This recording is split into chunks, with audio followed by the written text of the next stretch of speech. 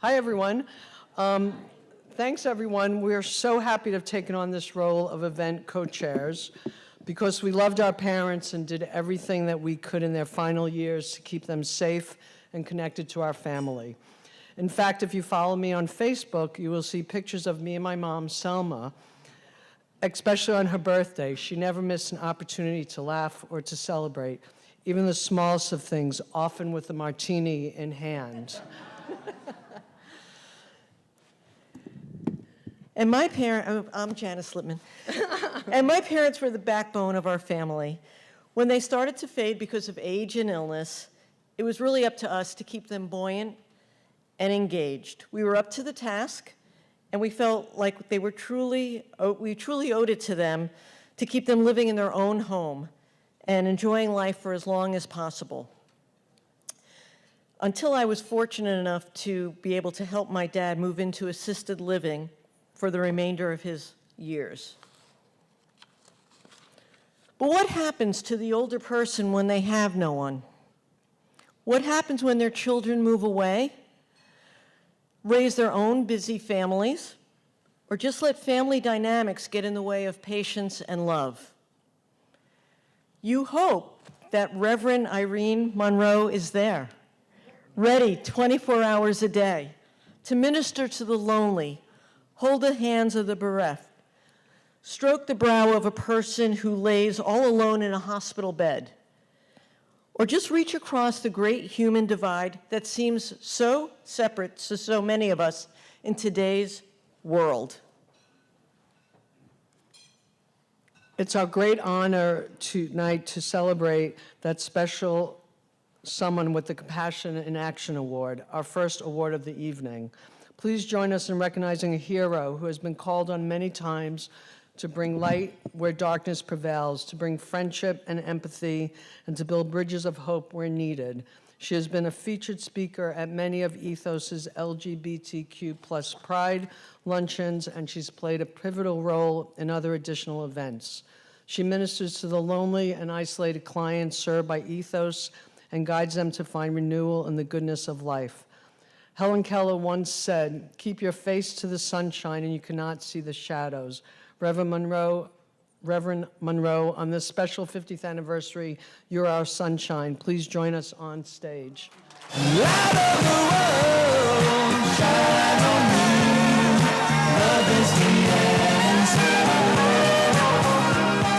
Shine on us all, set us free. Love is the answer. Light of the world, shine on me. Love is the answer. Shine on us all, set us free. Love is the answer. Do you know I paid those girls? And Sue is my editor at Bay Windows. And so I wanted to know that when I write my column this week, you know I'm going to mention about this fall. You know, I received an email some months back from Val that asked this question. She said, "What have you been doing as you age?"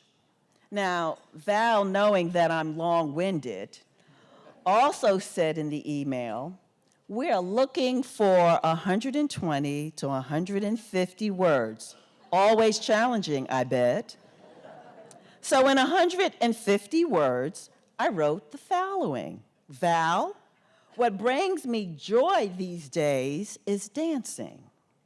I wanted to be a dancer on the popular 1970s African-American musical dance TV show, Soul Train. Woo!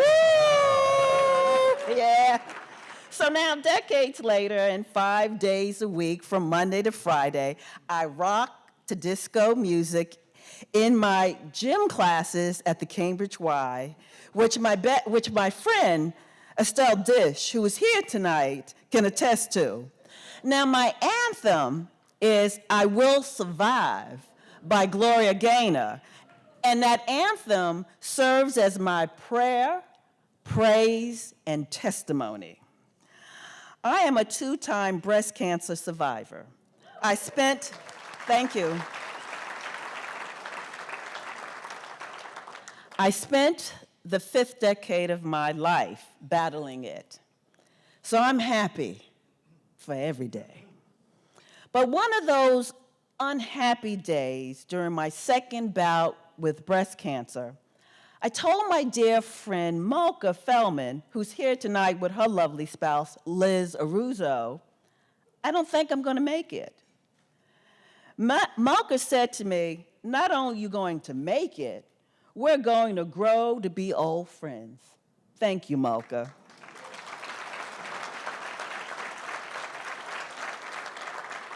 So here I am now, discoing with seniors at the Cambridge Y when I'm not playing pickleball. And these are a few epiphanies I've had. And here they are. Aging is just another word for living. I think the older I get, the more I realize that the ultimate luxury is time. I don't regret getting old. I see it as a privilege denied to many. I've learned it's not the years in your life that count, it's the life in your years. It's great, and another one, it's great to be at a point where you understand just what matters in life. And as I get older, you really just want to be surrounded by good people, people who are good for you, good to you, and good to the soul. Ethos provides me with a community of people who are good for the soul. As I navigate the complexities of growing into my older years, I'm at the intersection of many challenges as an African-American lesbian. LGBT senior communities with multiple identities confront multiple challenges. Outreach is essential because the challenges we face as LGBT seniors intensify with age. But I'm privileged to have 2 communities that support my aging.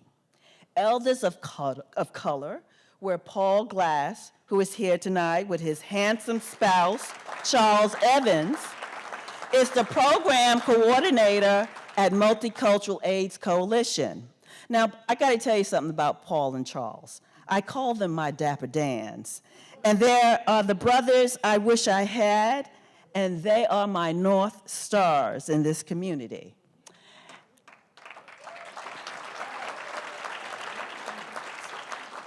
And then there's Ray Santos and his staff here at Ethos. They too are my North Star. Now, the program at Ethos provides for me and others are priceless and addresses issues that are specific to our demographic group. For example, the rate of hunger or food insecure for seniors age 60 and older increased, and it increased even higher for LGBTQ seniors. Now, as a minister, it brings me comfort to direct people to Ethos. And the food, I just have to tell you, is good, okay?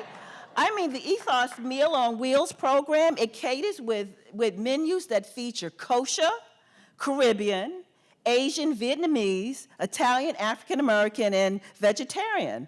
So, and they do home delivery. So they rock for me. I love them. So I knew tonight the meal was going to be good. But according to Services of Advocacy for LGBTQ Elders known as SAGE and Movement Advancement Project known as MAP, approximately 1/3 of LGBTQ plus elders live at below the federal poverty line, and 40% of that group are African Americans. These seniors often feel more vulnerable, invisible, and isolated by retirement.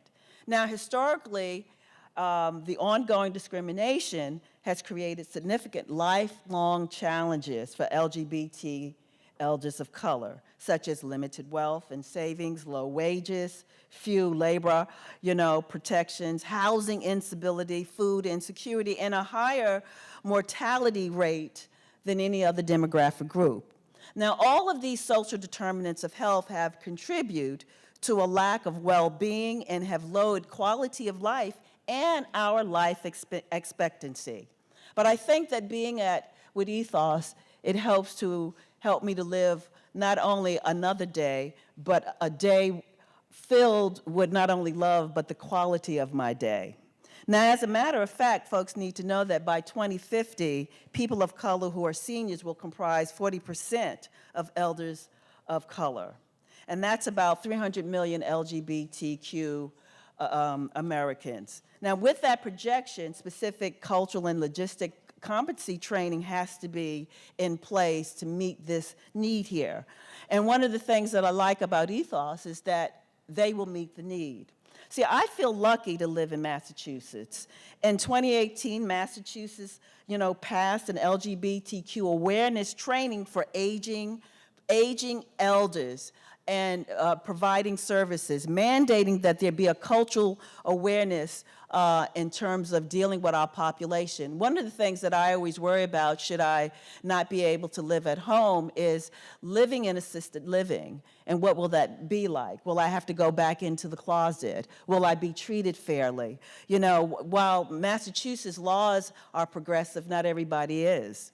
So my life's work has been grounded in an intersectional anti-oppression activism and praxis. And as an African-American lesbian minister and theologian, I've been trying to shape, and I need to say it, I have been trying to shape both a local and national affirming public dialogue on the intersection of LGBTQ, religion, and social justice.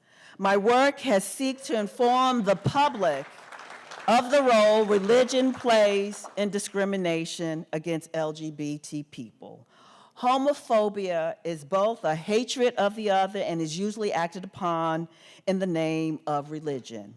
By reporting religion in the media, I aim to highlight how religious intolerance and fundamentalism not only shatters the goal of American democracy, but also aids in perpetuating other forms of oppression, such as racism, sexism, classism, homophobia, Islamophobia, anti-Semitism, to name a few. But let me just tell you this as a minister here. I always tell people this as a Christian minister here, and I'm biblically correct. I say that Jesus cussed, and I do too.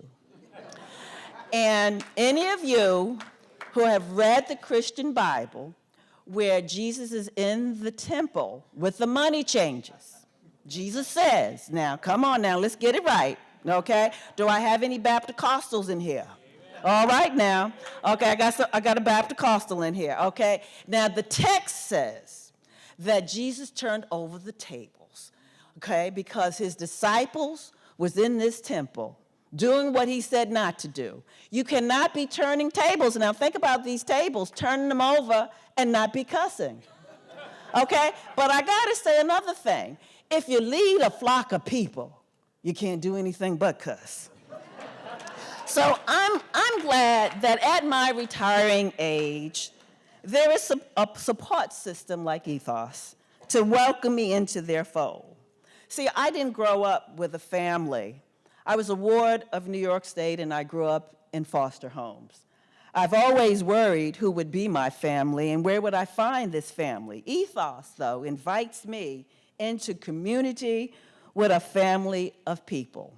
The couple, Catherine Joseph and Shirley Royster, who are here tonight. Please. Were the first two people I met when I came to Boston in 1990. They invited me to their home in Dorchester as family to play Bid Whist, a card game still going on today. And I learned from them to this day that family don't throw you away, and I'll tell you why. I'd go over to their house to play cards with them and talk trash, and still do today. I know that they had wondered when they first met me, what kind of minister was I? But they showed no judgment. And each time, they would welcome me back to their home. And whether my hand was a good hand or a bad hand, I would always be talking trash. And I would say this, and I say it today. I come all this way from Brooklyn to run a Boston on you girls, which means I've won this game even when I haven't. Catherine and Shirley, you two modeled for me what aging as a loving couple looks like. Thank you.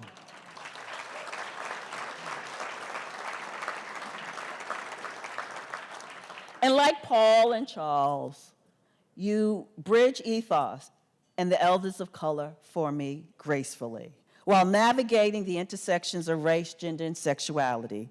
Aging in the community brings me comfort, joy, security, because I know that a program like Ethos has my back. And so to my village who are with me tonight. My spouse, Dr. Thea James, who Ethos knows well from her work at Boston Medical Center and has put up with me for 29 years, okay? Y'all need to bless that sister. Catherine Joseph and Shirley Royster, Malka Fellman and Liz Arujo, Paul Glass and Charles Evans, Estelle Dish, the renowned and lovely Cambridge Councilwoman Denise Simmons, and her spouse, Maddie Haynes, who is my homegirl from Brooklyn. I don't want to get Denise in trouble, but watching Denise's career, I got to see the grotty side of Cambridge politics. Thank you all for coming tonight. Thank you all for coming tonight. And I thank Ethos for bringing us all together on its 50th anniversary. God bless you.